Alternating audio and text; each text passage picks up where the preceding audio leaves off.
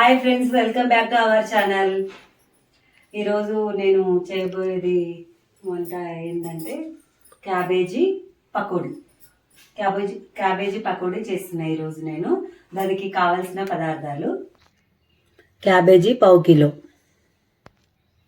శనగపిండి 1 cup, oil 1 cup deep అరకప్పు బియ్యం పిండి, 4 స్పూన్ల కారము, సాల్ట్, 1 స్పూను అల్లం ఎల్లిగడ్డ పేస్ట్, జీలకర్ర, వామ, ధనియాలు 3. ఇంకో ½ కేజీ క్యాబేజీ మంచిగా నీట్గా కడుక్కున్న, తడి లేకుండా కొంచెం ఆరబెట్టేసుకున్న జల్లి గిన్నెలో. ఇప్పుడు మనము చేసుకుందాని ప్రాసెస్లోకి వెళ్దాని. ఒక అరకప్పు బియ్యం పిండి వేస్తే కొంచెం ఏమంటారు మంచిగా ఉంటాయి, క్రిస్పీగా ఉంటాయి. అరకప్పు బియ్యం పిండి, 1 కప్పు శనగపిండి,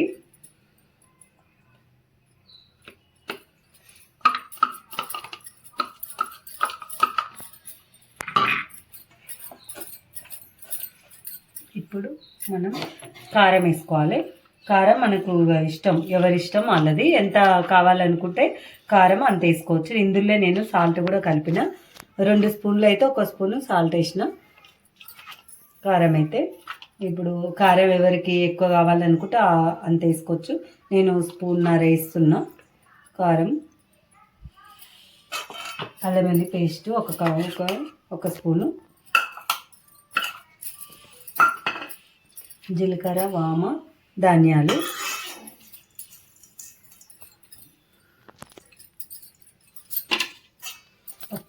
ఒక స్పూన్ అంతా ఆయిల్.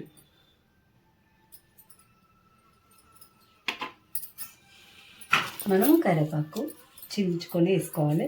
ఇంకా కొత్తిమీర ఇంకా ఇష్టం ఏదైనా వేసుకోవచ్చు. పచ్చిమిర్చి పేస్ట్తో కూడా వేసుకోవచ్చు. ఇప్పుడు ఇది మొత్తం యాడ్ చేసుకోవాలి, మొత్తం కలుపుకోవాలి. వాటర్ అవసరం ఉంటే వాటర్ పోసుకోవచ్చు, ఇంకా వాటర్ అవసరం ఉండకపోవచ్చు. కొన్ని కలుపుకోవాలి.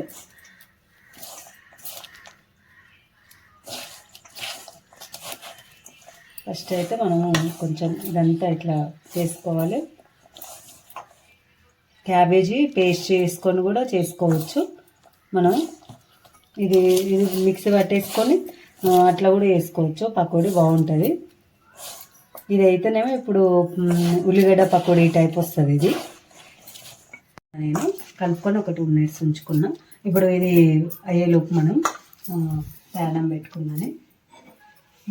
స్టవ్ వెలిగిస్తున్నా, కడాయి పెట్టేస్తున్నా. అది హీట్ అయ్యేలోపు నూనె పోసుకోవాలి.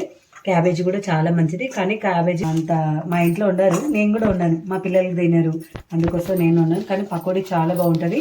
క్యాబేజీ పచ్చడి చాలా నిల్వ పచ్చడి నేను నెక్స్ట్ వీడియోలో ఒక వీడియో పెడతాను. నేను బాగుంటుంది, చాలా బాగుంటుంది. మీరు కూడా ఇట్లా చేసుకోండి పకోడీ. ఇప్పుడు పెనం హీట్ ఎక్కింది, ఆయిల్ పోస్తా డీప్ ఫ్రైకి.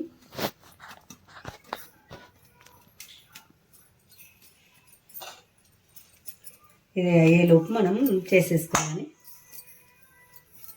ఇగో పెనం హీట్ ఎక్కింద, ఆయిల్ వేడైంది. ఇప్పుడు మనం అందులో ఒకటి వేసుకొని చూద్దాని, అయిందా కాలేదా. ఇగో అవుతుంది, అయినట్టే. ఇక అన్నీ వేసుకున్నాను, వేసేలోపు అవుతాయి.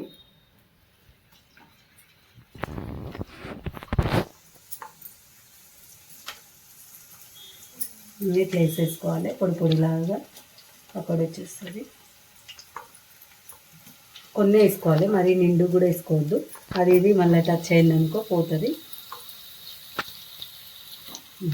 అయింది. అది కొంచెం అయ్యేలోపు మనం కలుపుకోవాలి.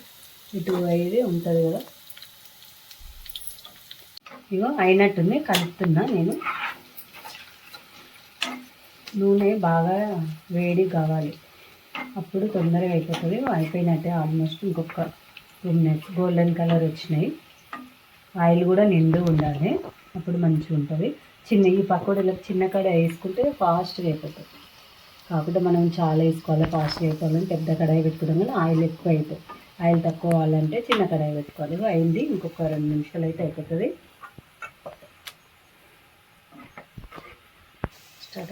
ఇంకో అయిపోయినాయి. స్టవ్ తక్కువ చేసుకోవాలి, సిమ్లో పెట్టుకొని తీసుకుంటున్నాను నేను దీంట్లోకి. ఇట్లా కావాలి, క్రిస్పీగా ఉంటాయి. మన ఉల్లిగడ్డ పకోడీ లాగానే ఉంటాయి సేమ్.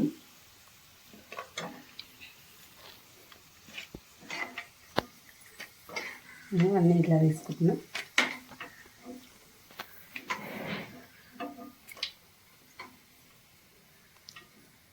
ఆయిల్ ఇట్లా ఈ స్పూన్తో తీస్తున్నారు, ఆయిల్ ఎక్కువ పడుతుందేమో అనుకుంటారు. కాలేవు నా దగ్గర పెద్దవి ఉన్నాయి. ఇంకోటి వేసుకుందాం. ఇంకా మెల్ట్ అయిపోయింది మొత్తం, ఎల్లాక పొడి పొడిగా ఉండే. ఇట్లా ఉండాలి, మంచిగా అయితే చాలా బాగుంటాయి. మీరు కూడా వేసుకోండి ఇలా నేను చేసినట్టు. చాలు, మరి మొత్తం అయిపోయినాయి, మంచిగా అయిపోయినాయి, క్రిస్పీగా. చూస్తుంటేనే తినాలనిపిస్తుంది. మొత్తం తీసేసుకున్నాం. ఇప్పుడు కొంచెం కరివేపాకు. పకోడీ రెడీ అయిపోయింది. టేస్ట్ చేసి ఎలా ఉందో చెప్తాను.